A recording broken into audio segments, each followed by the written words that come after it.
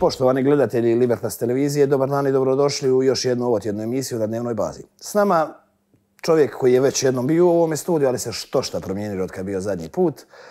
Kako ljudi vole reći, najeuropski je orijentirani čovjek u Konavlima, pročelnik upravnog odjela za ruralni razvoj, gospodarstvo i europske fondove, Perica Pušić. Dobar dan, dobrodošli. Dobar dan i hvala na pozivu. Hoćemo preći na ti, opet, da se ne muči. Okay. A kako si? Zdravlje, ok, tako da mogu reći da sam dobro, Bogu hvala. Od kad si bio ovdje, šalili smo se da napokon neženja u studiju sa mnom, više nisi neženja. Tako je, to se promijenilo dakle, i u privatnom životu od 5. mjeseca, sretno oženjen.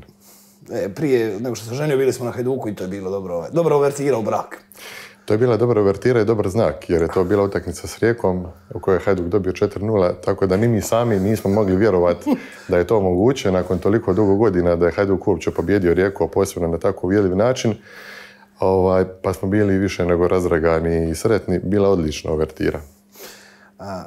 Idući put isto moramo ići u istome sastavu kad bude Rijeka, čisto da se ne gubi tradicija. Ja sam se nadao da ćemo stići na evropske utakmice, ali nismo te sreće ove godine. Grozno.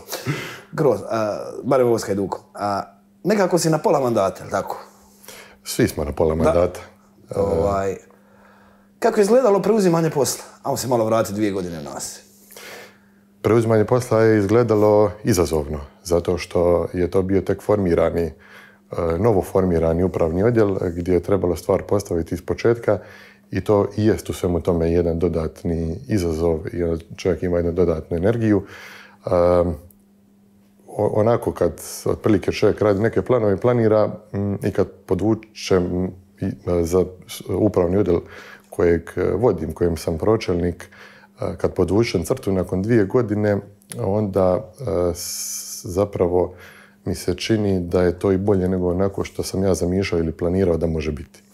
Dakle, jako puno EU sredstava smo u ovih 2 godine osigurali, jako puno projekata nam je odobreno, a sad u ovoj drugoj polovici ovih 4 godine mandata, ako uopće to treba dijeliti na mandate i gledati na takav način, nam slijedi jedan još puno zahtjevniji dio u kojem ćemo se definitivno morati još više koncentrirati, a to je implementacija svih tih projekata, odnosno provedba, odnosno da ljudi koji žive u Konavlima i šire jasno vide benefite toga i da vide i u fizičkom smislu što jesu ti projekti.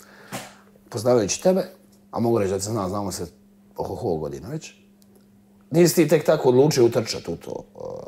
Izanalizirao si zašto bi trebao biti pročelnik, zašto bi trebao biti pročelnik tada? Što je Perica tada razmišljao? Dakle, točno je. I postoji sve, možda, ja sam relativno mlad, po godinama, možda će neko reći da nisam, ali imam određeno iskustvo iza sebe i mislim da svi mi, dakle, u nekakvim mladim godinama, mislim vjerojatno da smo najpametniji na svijetu i da sve znamo, međutim za neke stvari ipak potrebno iskustvo.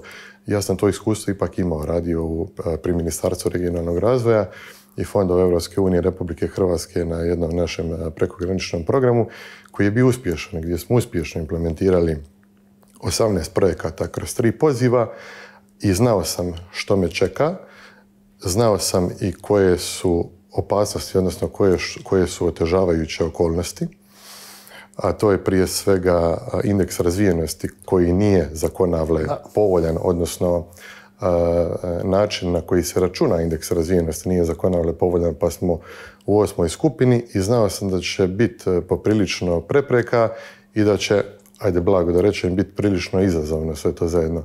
Međutim, isto tako sam bio svjestan da određeno iskustvo, vjerovao sam i znanje imam, a nisam sumnjao da ću kao i svemu drugome što se trudim pristupiti maksimalno angažirano, da će se tu itekako poznati rezultati, tim više jer, kao što sam rekao u uvodu, u općini Konavle do unatrag 2 godine nije bio formiran upravni odjel za EU fondove, pa se nije na toj razini sustavno mogućnostima koje nam Europska unija kroz EU fondove pruža, nije se na jedan sustavan način tome prišlo i bio je prostor da učinimo tu napredak i da učinimo iskorak. I meni je bilo jasno da on mora biti vidljiv i da rezultati moraju biti, jer nakon što smo mi unatrag 2 godine, dakle, odlučili ući u zajedničku priču i koalicijski dogovor sa HDZ-om i formirali većinu u vijeću i posložili općinsku administraciju. Dakle, bilo je jasno da imam i odgovornost i da rezultati moraju biti, da rezultati se moraju vidjeti. Prije toga sudjelovao si od samog početka u agroturizmu. Je li ti to pomoglo u stvaranju nečega, nekog korisnog i kvalitetnog i funkcionalnog sustava? Naravno da jest, svako iskustvo je dobro, a priča i razvoj agroturizma u Konavle isto tako je bila jedna sustavna priča koja je bila postavljena na sustavan način od početka. Prvo da vidimo koji su naši potencijali, da se prebrojimo, da se educiramo, da vidimo što to rade drugi, bilo da rade bolje ili da rade lošije od nas i onda da svoje potencijale i svoje komparativne prednosti iskoristimo, a isto tako da iskoristimo iskustva drugih i da one stvari koje neki koji to rade duže i bolje od nas, da i ta njihova iskustva i te ideje implementiramo kod nas i da imamo naravno jednu autohtonu konavovsku priču. I ona raste iz godine u godinu koliko ja mogu vidjeti tako. Ja je pratim već nekih 7. Sigurno da jest. Razvoj ruralnog turizma u Konavlima je definitivno do jednu novu dimenziju općenito razvoju Konavala, otvorio jednu novu perspektivu u Konavlima, jednu novu perspektivu na ruralnom prostoru, u selima. Mislim, i danas u Konavlima imate sela u kojima ima po nekoliko ruralnih kuća za odmor. U Dubravci je, pored toliko ruralnih kuća za odmor, nedavno otvoreni restoran. Dakle, samo oni koji žive na selu znaju kolika je to vrijednost za jedno malo mjesto, za jednu malu sredinu. A prema tome, ruralni turizam je itekako donio mnogo benefita u konavovska sela, u ruralne prostore i kad su u pitanju ulaganja i kad je očuvanje života i zaštita okoliša i samozapošljavanje i sve ostalo. A naš strateški interes u Konavljama i općini Konavle jest sačuvati disperziranost života u svim konavskim selima. Mi imamo 33 sela. Konavle su specifične po svojim različitostima, između ostaloga. Specifične su po svojoj veličini i po tome da je u svakom kutku Konavala postoji život, postoje ljudi, postoje sela. Mi to trebamo očuvati. Ruralni turizam tome doprinosi. Kad je Gospar Mujo bio u toj stolici, on je iznio neke podatke kako su rubni dijelovi pomalo počeli odumirati. Može li se to zaustaviti? Imamo tu mini urbanizaciju. Da recimo na Učilipima i na Grudi u Cavtatu ima više stanovnika na uštrb, glupo reći na uštrb. Kad usporedimo sa Dunavama tvojim, recimo. Logično je da u Cavtatu bude više stanovnika nego u Dunavama, ali se mi moramo truditi očuvati sela na ovoj razini na koja ona jesu danas. I ovaj podatak je točan što ste rekli da imamo, dakle kad uspoređujemo 2 zadnja popisa stanovništva iz 2001. i 2011. onda imamo čak i ukupno povećanje za 100-150 ljudi u Konavlima. Međutim, kad napravimo nešto detaljniju analizu po konavskim selima, onda vidimo da je više priseljavanje u Cavtatu i Cavtatskom prstenu, a da se događa određeni pad u rubnim konavskim selima. I mi smo toga svjesni i mi u općini Konavle smo već pristupili tome problemu, tome izazovu na način da je već prošle godine donesen program demografskih mjera kojima je cilj očuvanje u rubnim konavskim selima, u rubnim konavskim naseljima i vjerujemo da napravili smo u sklopu prošlih dana općine Konavle jednu konferenciju na kojoj smo ozbiljno sa Ministarstvom demografije i sa strukom o tome razgovarali. Sigurno ćemo i u buduće nastaviti još aktivnije i još intenzivnije kroz te mjere, pa ako treba i kroz još širi program mjera raditi na tome našemu cilju i onda ćemo, evo, vrlo brzo, ne možemo sad odmah, ali kroz neko vrijeme vidjeti je li to daje rezultate. Radio si agroturizam, radio si IPU i onda si došao negdje, najteže biti prorok u svome selu. I onda si došao na nešto što treba donositi direktne koristi ljudima koji te znaju. Je li taj psihološki moment bio težak?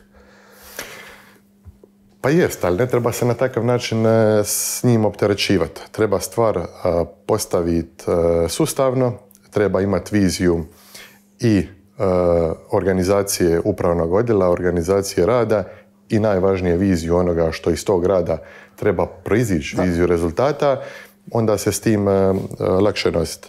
Naravno, treba to ljudima iskomunicirati. Ali ja sam s druge strane uvjeren da kad se stvari poslaže na pravi način, kad se zaista maksimalno pošteno i iskreno radi, onda zaista mislim da hoće većina ljudi to prepoznati i podržati, što je jako bitno. Nama je izuzetno važna sinergija.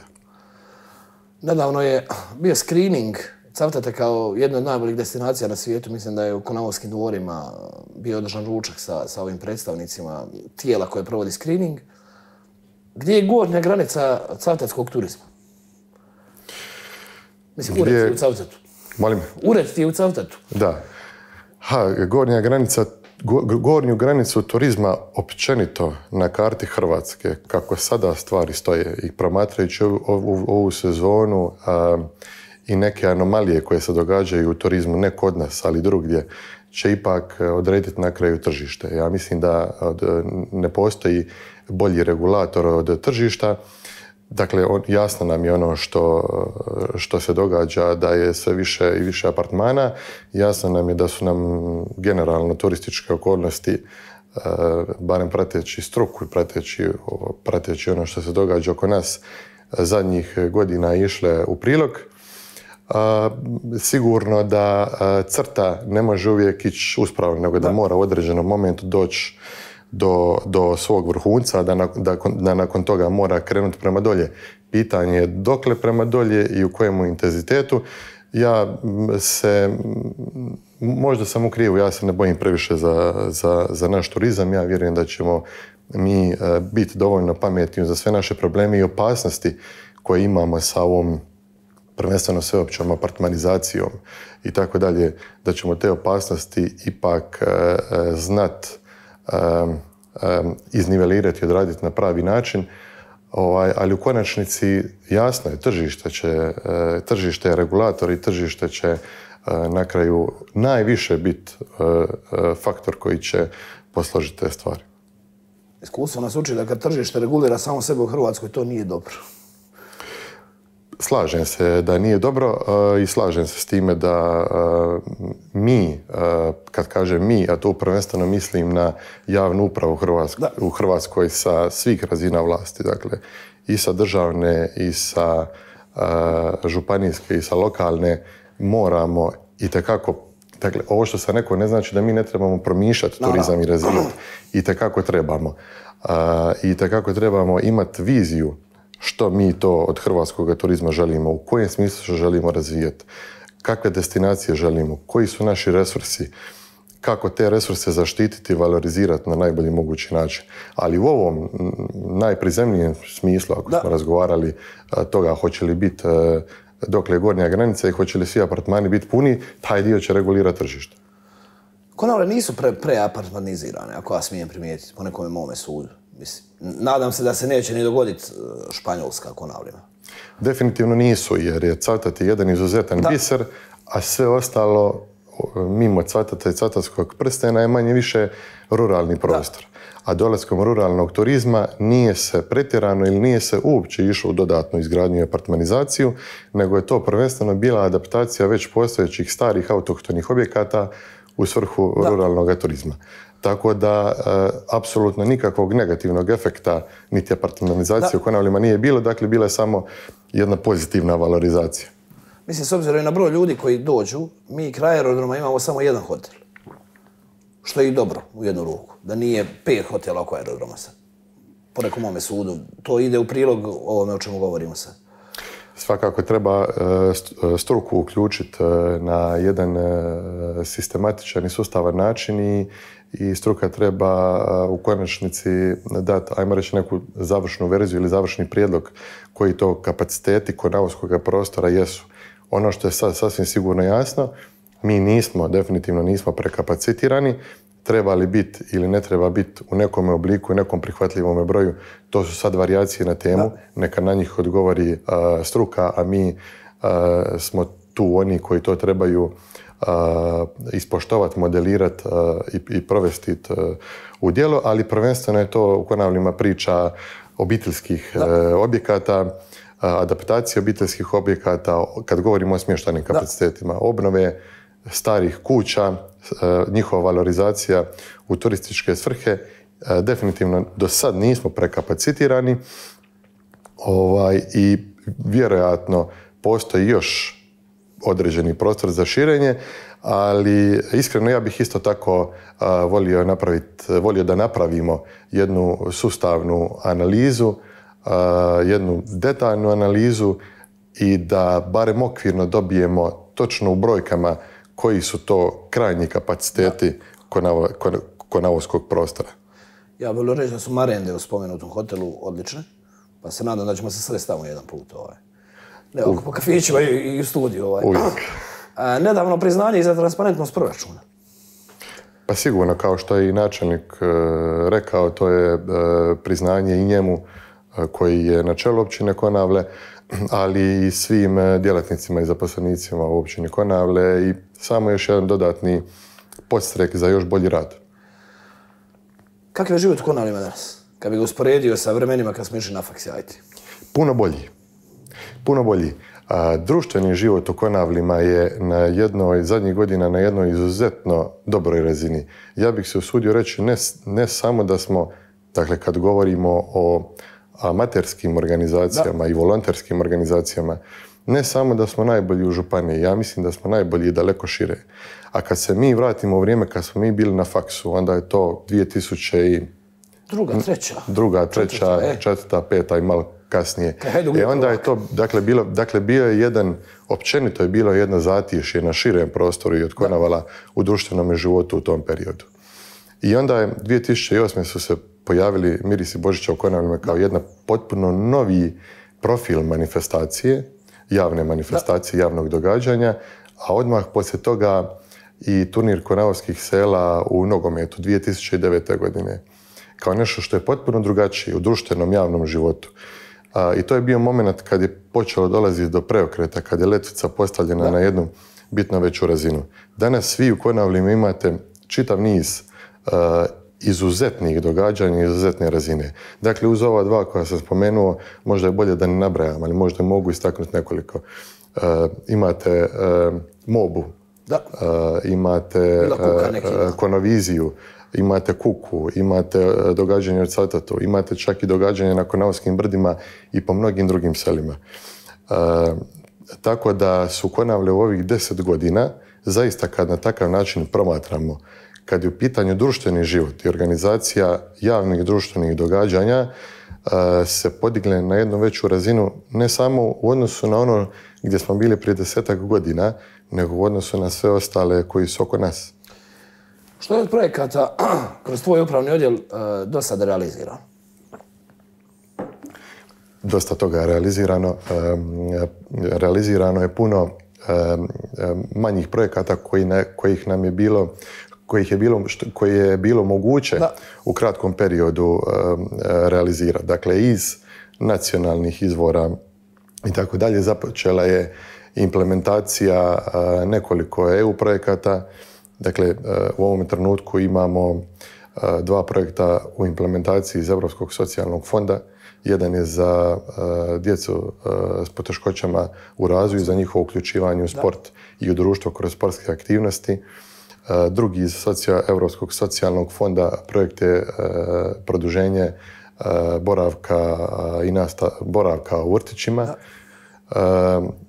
Zanimljivo, na ta 2 projekta imamo i angažman 2 voditelja, odnosno 2 voditeljice projekta, čija je plaća u potpunosti u 100% iznosu financirana iz sredstava Europske unije.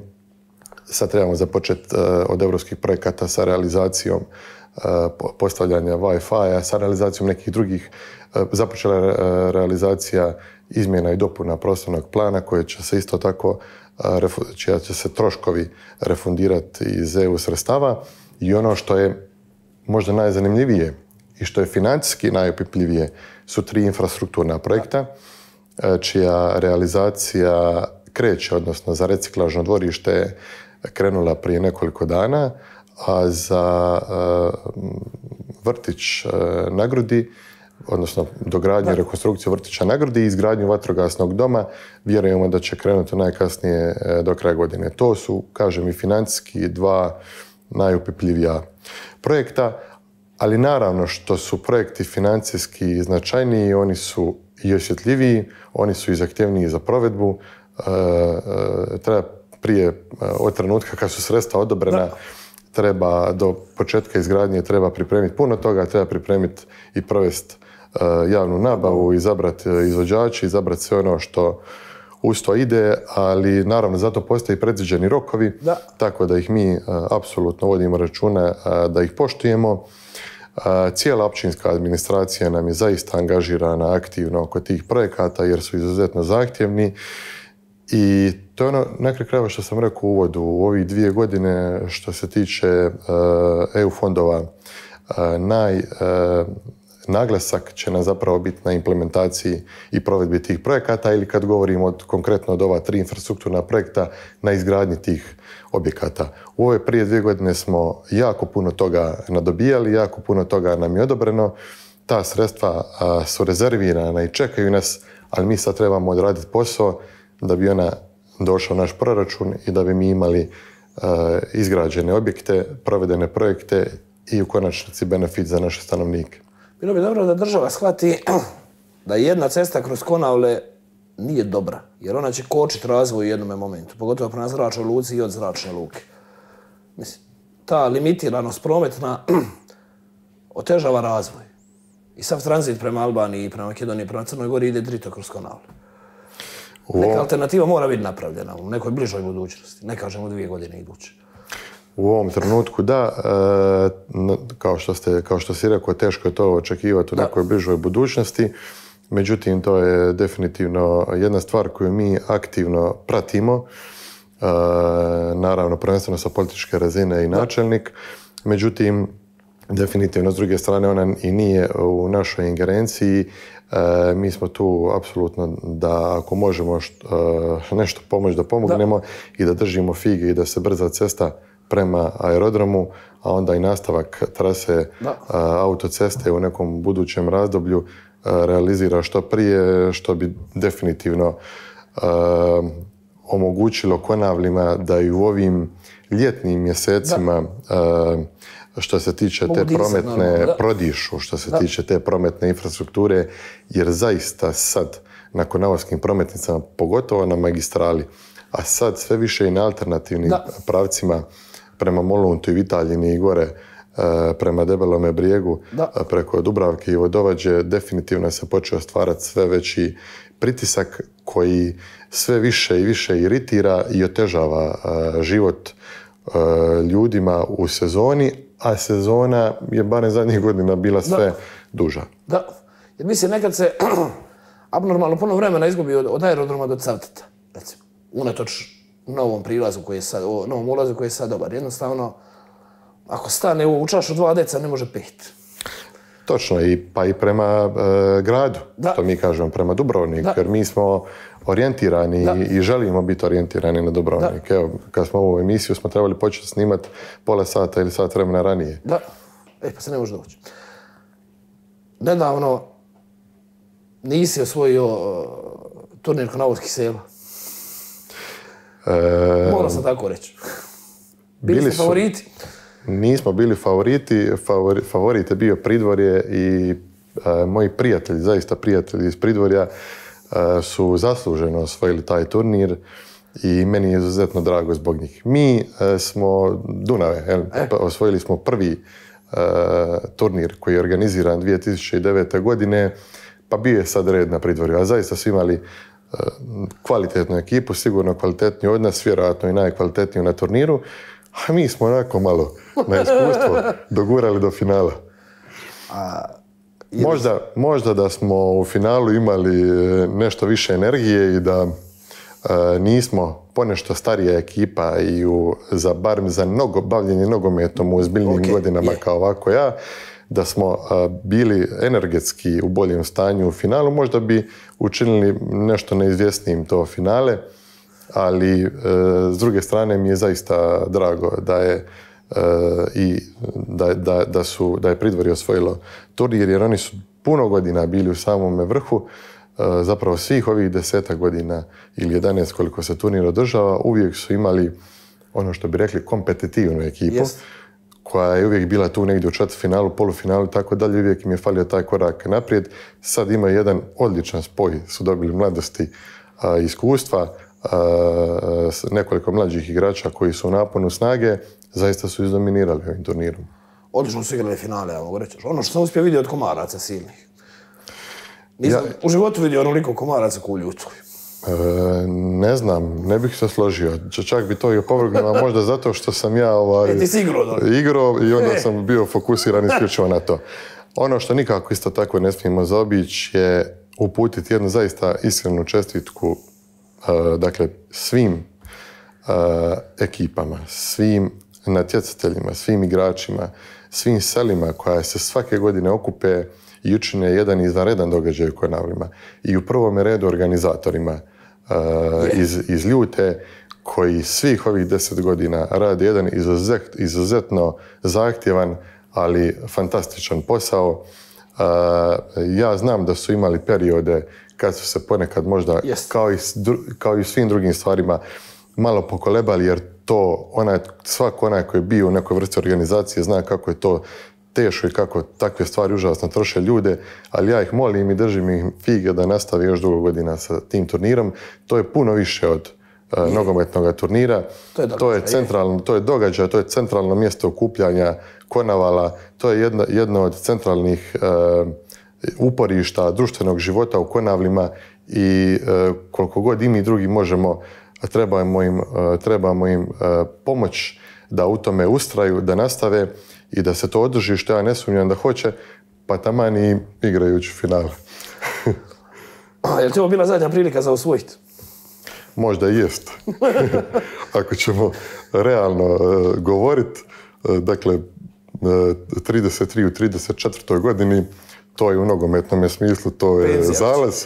Kad vidim ostatak ekipe, Lea, Nina i tako dalje, to je moja generacija i nešto starije, ali nije to najvažnije. Naravna stvar, uvijek je lijep jedan taj natjecateljski naboj i svi koji sudjeluju, svi koji igraju žele pobijediti i to je jedan dodatna draž i jedan dodatni benefit koji turnir s tim dobije, ali evo, ako u buduće i ne budemo imali pretjerano prilike ili šanse ili izgleda da igramo neku bitnu ulogu, upravo zbog onoga što sam malo prije rekao, zbog poštovanja i prema ljudima koji to organiziraju, smatram i svojom i našom obavezom da se svake godine tu pojavimo.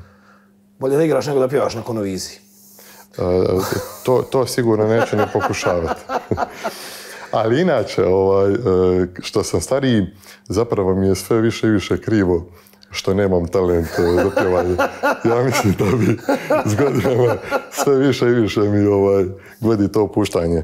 Što bi volio još u poslovnom smislu sa pozicije pročelnika volio realizirao ove 2 godine? Što ti je Wimbledon, a što ti je Umag?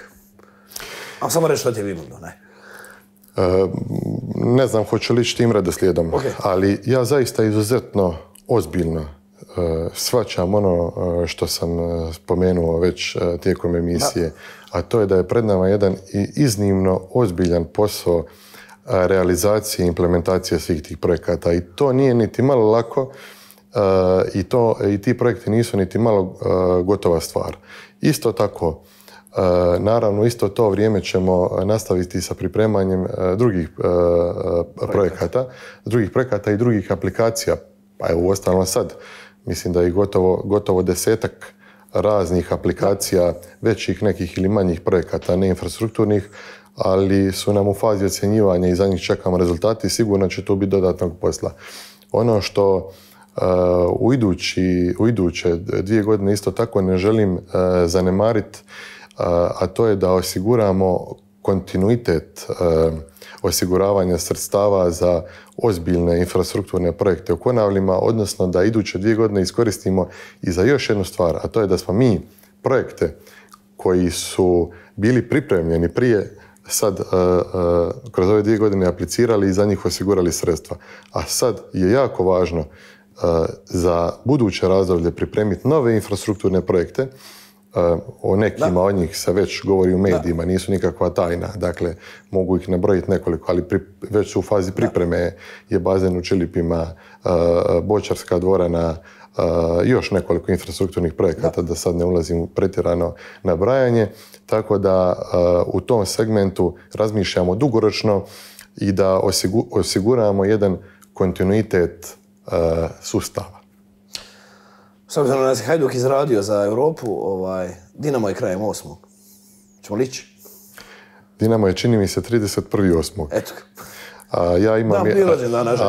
Dan prije rođendana, a taj 1.9. je iz još jednog razloga izuzetno važan dan u mom privatnom životu. Tako da bojim se da ću ja odnosno vjerojatno ću ga gledat s televizije. Pa rekao sam malo prije da nam je Europa zapravo bila, da sam se nadao evropskim utakmicama. Ovo sam znao što se ima dogoditi. Perice, hvala ti na gostovanju i Hajduk živi vječno. Hajduk živi vječno, hvala na pozivu. Bila je to još jedna emisija na dnevnoj bazi. Ostanite uz program Libertas televizije.